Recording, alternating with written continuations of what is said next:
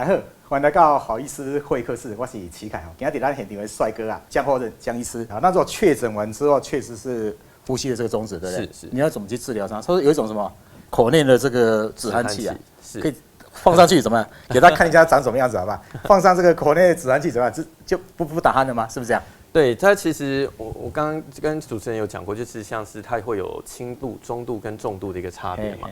那口内止鼾器是一个简单的一个装置，简单来讲就是它是把它放在嘴巴里面哦，就是戴在我们的上下颚的牙齿上。坑底哦，刚大家在这个画面上有看到它长得什么样子嘛？哈，对，口内止鼾放到嘴巴里面去的上下颚，对，没错，就是戴在我们的上颚牙齿跟下颚牙齿，然后它中间会有一个就是有一个装置可以让我们的下巴把它往前移。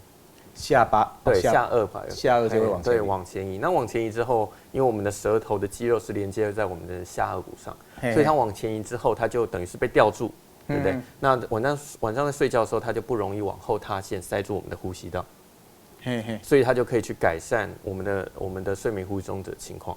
会因为睡眠呼吸中止有很大一部分都是可能我们的悬雍垂或是舌头往后塌陷压住我们的喉咙，舌头往对，所以说它这样的口内止鼾器，它可以让我们下颚往前移，然后去让我们的舌头一起往前移，而不会往后塌陷，那造成呼吸道的阻塞。那这是在我们通常会使用在一般的打呼，或是轻度，或是中度，或是部分的重度的睡眠呼吸中止患者都会有效。那假连打呼的也可以用这个，没错，就可以减轻打呼。对，虽然对他自己的身体健康没有影响，但是可能会吵到枕边人。对，很多患者是太太推来啊，就跟我说，就是他实在是没办法睡，每天像打雷一样。对，按照分房睡，就是先生得去睡另外一个房间或者睡沙发。那但是带了这样的一个口内止鼾器之后，他们又可以在一同哇，这造福夫妻跟人群哈。没错，对，所以今天开始不见得叫老公或者叫老婆到隔壁去睡，不用分房。对，只要口内这个止鼾器就可以解决。会蛮有效的。那另外一个方式就是我们一般的就是胸腔内科医师或是神经内科医师会建议患者戴阳压的呼吸器，这也会有效，也会有效。就是它就是一个小小的马达，但是它会有一个氧气罩在我们的口鼻的地方，然后用这个小小马达让我们把空气打到我们的肺部。那这样的一个治疗方式也是会对我们的睡眠呼吸中止很有效果，但是它缺点就是比较少患者可以去忍受这样的一个装置。就是那必须这个口内止鼾器这含在嘴巴会不会很不舒服？这样的一个，它其实还是会有一段时间需要去做适应哦。但是我的经验里面，患者的适应度大家都很不错。到目前为止，很少患者两全相爱取其轻哈。没有，他还是会为了解决问题，对，为了不被老婆赶到另外房间，对，或是为了自己身体健康而言，大家习惯一段时间都会觉得还是可以接受的。那他是怎么睡觉的时候就要放上去，还是要就是睡觉的时候就带上来？就带上来，对，然后就带着睡觉，一直到醒来就都放着。对。那正常这个整个诊断治疗这个过程大概要多久？一直带吗？例如说1个月、1年？对，没错，就是我有很多患者都是带了蛮多年的，都带了蛮多年，因为除非我们以上那些危险，就是像是肥胖啦，只要有瘦下来，或是多运动，让自己的组织的弹性增加，那或是改变自己的睡姿等等，它可以去改善他的呼吸道过于狭窄的情形。那我们的这样的一个情况，它才可以慢慢的不带。不然的话，假如一直都是维持，就是有可能有睡眠呼吸中止危险的话，那尽量还是晚上都带着。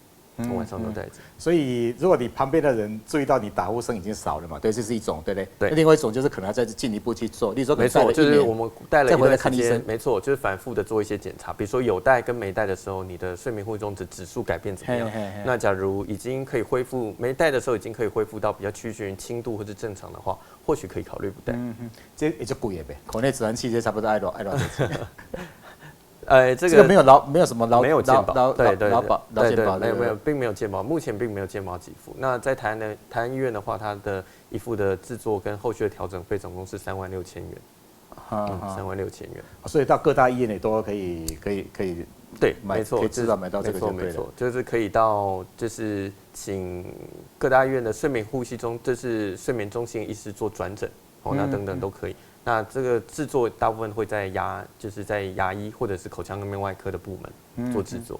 3万多听起来也不少，不过如果如果说真的可以把病治好，刚讲了，这个不是只有打鼾太大声的这个问题，对，可能引发心脏病了、高血压这个，老讲这笔钱应该是值得花的了。是，好是。那另外除了这个之外，像什么也可以动手术来解决这个问题。哦，是。那当然，很多患者就跟主持人会有一样，我难道要戴这个装置，或是用阳压呼吸器用一辈子，对不对？因为这样的毕竟是一个外在的一个装置，它还是会让患者比较不舒服嘛，对，或是比较不习惯。那所以有些患者会考虑利用手术的方式去做处理这样的一个问题。那它就分成软组织跟硬组织的手术。那在医院的耳鼻喉科医师，我们会去做，比如说我们会去探讨他的睡眠呼吸中止的时候，它阻塞的一个部分到底是有人在鼻子，对不对？对，有人在喉咙，对，舌头或是软腭的地方，所以要找你们牙科或者是找这个耳鼻喉科都对，口腔颌面外科或是耳鼻喉科医师都可以去做检查。那假如在鼻子的手术，比如说有些鼻甲肥大啦、鼻中隔弯曲啦，那我们都可以利用就是耳鼻喉科医师用一些微创的手术去改善它。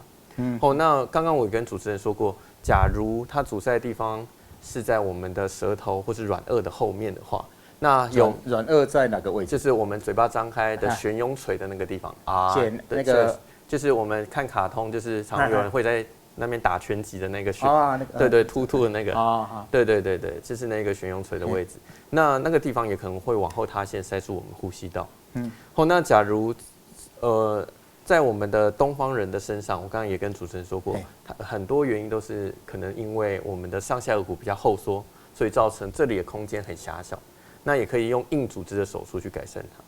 也就是说，我们去把我们原本比较后缩的上下颚骨把它往前移，去让我们的整个上下颚的空间打开。那我们的舌头跟软腭就一起往前移动，就不会塌陷压住我们的呼吸道。那也同样，它也有很高的几率可以去治愈这样一个睡眠呼吸中止。那特别适用在我们一个东方人的一个族群。因为我说过，我们东方人族群就是上下颚，我们鼻子啦、上下都是比较扁嘛，比较后缩的一个情况，所以我们去改善骨头的位置，同时就会去改善它的呼吸道的宽度。做头部的手术，很多人都开始会有些担心的，这个危险性应该很低吧？这样的一个颚骨的手术其实是一个很成熟的手术了，而且它其实伤口都在嘴巴里面，所以我靠马是看不出抗嘴。未来对家那对于我们的口腔来对可以做。而且手术时间怎么聊多长？差不多3点钟到4点钟，全身麻醉。全身麻醉啊？全身麻醉的一个手术。那在他需要住院1天，我们绝大多数的患者都住院1天，那就可以去改善这样的一个状况。所以大部分人选的是口内这个止鼾器，还是做这个手术比较多的？当然就是看每个患者他的一个情况。对，那当然他的严重度，包括他的年纪。譬如说，那是7、8、10岁嘛，你来的时阵，你那是感觉没扛这些手术，那我们就可以考虑长辈年纪比较大的，就不要动手术。对，我们可以考虑用保守性的方式。那当然，假如患者来的时候只是30、40岁。那他未来他就想到他未来每一天都得带这个阳压呼吸器或止鼾器，他会想要一劳永逸解决这个问题的话，那或许可以考虑这样子一个颚骨的手术，它也是一个很好的一个选择。好，所以要治疗还是有很多这个方法的啦。那看体改节目的人都知道，预防重于治疗嘛，对不对？是。所以要避免这个，到底要做哪些预防？除了刚刚讲的烟酒不要，对不对？对。肥胖还有哪些要注意吗？就是要多运动，然后就是多运动，不要让自己太胖之外，那其实就是我们可以观察自己的睡眠就是一方面就是当然枕边人的一个观察很重要，枕边人观察很重要，然后大家也可以去看看自己的下巴的长度，是不是自己是一个危险，因为一般来讲，我们的下巴到我们的脖子的长，至少男生至少要有3指宽，自己的3根手指的宽，只要太短的话，那就比较有高机会，有可能是就比较短的下巴，然后产生睡眠呼吸中止的状况。那这种情况就要自己去注意。那包括调整自己的睡姿，比如说侧躺会比正躺会呼吸更顺畅。那等等也可以去改善这样睡眠呼吸中止的情形。